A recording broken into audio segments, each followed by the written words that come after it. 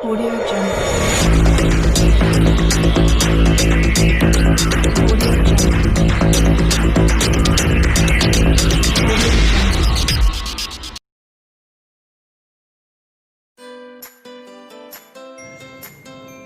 Good morning बच्चों, कैसे हैं आप?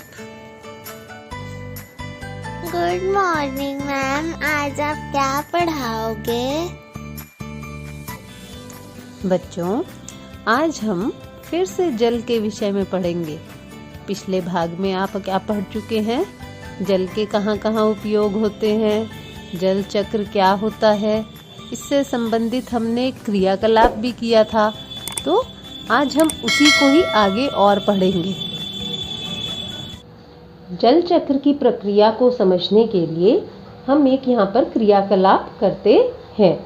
यहाँ पर मैंने गैस पर पानी रखा है जो लगभग अब गर्म हो चुका है और उबलने लगा है, और इसको समुद्र के जैसा जल बनाने के लिए हम इसमें कुछ मात्रा नमक की भी डाल देते हैं, क्योंकि हमने ये पढ़ा है कि समुद्र का जल कैसा होता है, लवणीय होता है। नमक इसमें अच्छी तरह से घुल गया है, आप देख सकते हैं, और पानी भी पूरी तरह से उबल रहा है।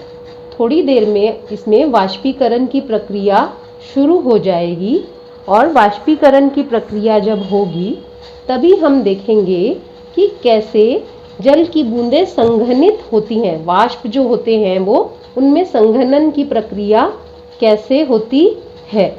आप यहाँ पर देख सकते हैं कुछ मात्रा में धुआं सा हमें निकलता हुआ दिखाई दे रहा है, और स्पष्ट देखने के लिए अब हम क्या करते हैं, इसको एक बार ढक देते हैं और इसको और अच्छी तरह से, यहाँ से देखो आपको धुआं दिखाई दे रहा है अब अच्छी तरह यहाँ पर।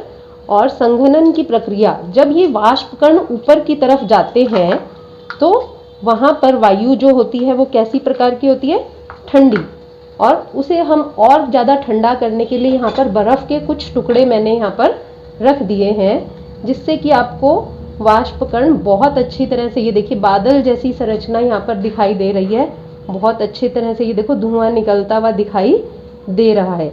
ये वाष्प कण हमें दिखाई दे रहे हैं। और अब हम यहाँ पर देख सकते हैं, आप इस प्लेट के नीचे ये देखिए, यहाँ पर आपको वर्षा का प्रभाव दिखाई दे रहा है। ये देखिए जल की बूंदें जो हैं टपक रही हैं। अगर हम इसको और ज़्यादा वाष्प कणों को यहाँ पर इकट्ठा होने देंगे तो ये प्रक्रिया हमें और अधिक स्पष्ट दिखाई देगी। ये देखिए जैसे जल की बूंद ये टपक रही है। जैसे जैसे वाष्प कण यहाँ इकट्ठे हो रहे हैं तो यही प्रक्रिया जो है प्रकृति में होती है। देखिए जल की बूंद यहाँ पर कहाँ से आई, वाष्प कण संघनित हुए, ऊपर हमने बर्फ रख दी तो ठंडे होने के कारण वाष्प कण जो है जल में परिवर्तित हो गए। यही प्रक्रिया जो है महासागरों में भी होती है।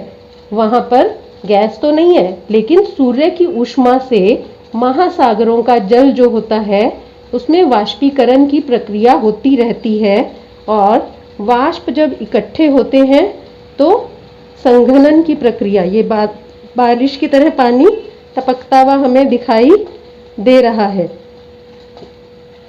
सावधानी पूर्वक आप भी इसको करके देख सकते हैं। ये देखिए जल की बूंद बनी और नीचे गिर गई। तो ये एक बहुत आसान सा क्रियाकलाप है। और यहाँ मैं आपको ये भी स्पष्ट रूप से बता देना चाहती हूँ कि यहाँ पर नमक का वाष्पीकरण नहीं हो रहा। नमक जो है, जब ये पूरा जल वाष्पीकृत हो जाएगा तो यहाँ पर नमक शेष रह जाएगा। ये प्रक्रिया हम पहले भी करके देख चुके हैं। इसी प्रक्रिया द्वारा नमक को अलग किया जाता है। संघनन की प्रक्रिया अर्थात बादलों के निर्माण की प्रक्रिया जो है, आप इस क्रियाकलाप द्वारा भी देख सकते हैं। यहाँ पर देखिए गिलास में मेरे पास कुछ मात्रा में जल है, लेकिन गिलास के बाहर आपको कुछ भी दिखाई नहीं दे रहा, गिलास बिल्कुल साफ है। अब हम इस पानी को क्या करते हैं, इसमें कुछ मात्रा बर्फ के टुकड़ों की डालते हैं। इसको हमने ठंडा कर दिया। बर्फ की मात्रा जैसे जैसे इसमें डालेंगे हम, गिलास में जल की मात्रा भी बढ़ेगी। और अब बाहर की तरफ आप देखेंगे तो आपको कुछ जल के कण दिखाई देने शुरू हो जाएंगे। ये देखिए वाष्प कण जो है हमें दिखाई देने, मैं अपनी उंगली से ऐसे कर रही हूँ तो देखो यहाँ पर हमें जल के कण दिखाई दे रहे हैं। ये कैसे होता है कि बाहर की जो वायु है उसे इस पानी ने क्या किया, ठंडा कर दिया, जिससे कि इस सतह पर जल के वाष्प कण इकट्ठे होना शुरू हो गए। अगर हम इसे कुछ समय के लिए और अच्छी तरह से पड़ा रहने देंगे तो आप देख सकेंगे कि यहाँ पर आपको पूरी तरह से जल की बूंदें भी दिखाई देंगी। आपने ये प्रक्रिया कई बार देखी भी होगी। जब हम फ्रिज से बॉटल निकाल कर बाहर रख देते हैं तो उसके बाहर हमें जल की बूंदें दिखाई देती हैं।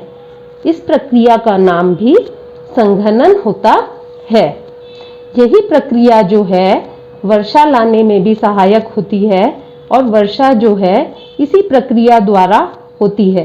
अब आप देख सकते हैं कि गिलास के बाहर की सतह उतनी साफ नहीं है। ये देखिए, इस पे जल की बूंदें हमें दिखाई देनी शुरू हो गई हैं। हम इस गिलास को कुछ समय के लिए पानी की, ये देखिए बहुत स्पष्ट रूप से हमें पानी यहाँ पर दिखाई दे रहा है। तो बादलों का बनना और वर्षा का होना भी इसी प्रक्रिया द्वारा होता है। यहाँ पर आप संघनन की प्रक्रिया को आप बहुत स्पष्ट देख सकते हैं। जब हमने कुछ देर बर्फ को पानी में छोड़ दिया तो ये देखिए बाहर जो है जल की बूंदें इस ग्लास की सतह पर हमें बहुत स्पष्ट दिखाई दे रही है। आओगे? बच्चों, अब आप इस चित्र के माध्यम से इस क्रियाकलाप को और अच्छी तरह से समझ सकते हैं। मैडम जी, यह जई चक्र की क्रियाकलाप हमें बहुत ही अच्छी तरह समझ आ गई है। इसे हम घर पर भी आसानी से करके देखेंगे। Thank you ma'am.